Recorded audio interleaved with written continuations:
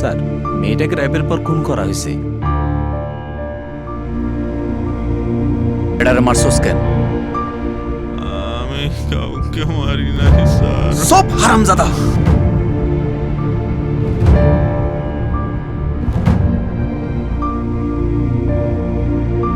সে নিরীহ টাইপের ছেলে। আরে বেটা, নিরীহ মানুষ মার্ডার করতে পারে তোরা কে বলছে? স্যার, একটা কিছু করা যায়। আমাদের জীবনটা তো অন্যরকম হতে পারতো শাহজাহান।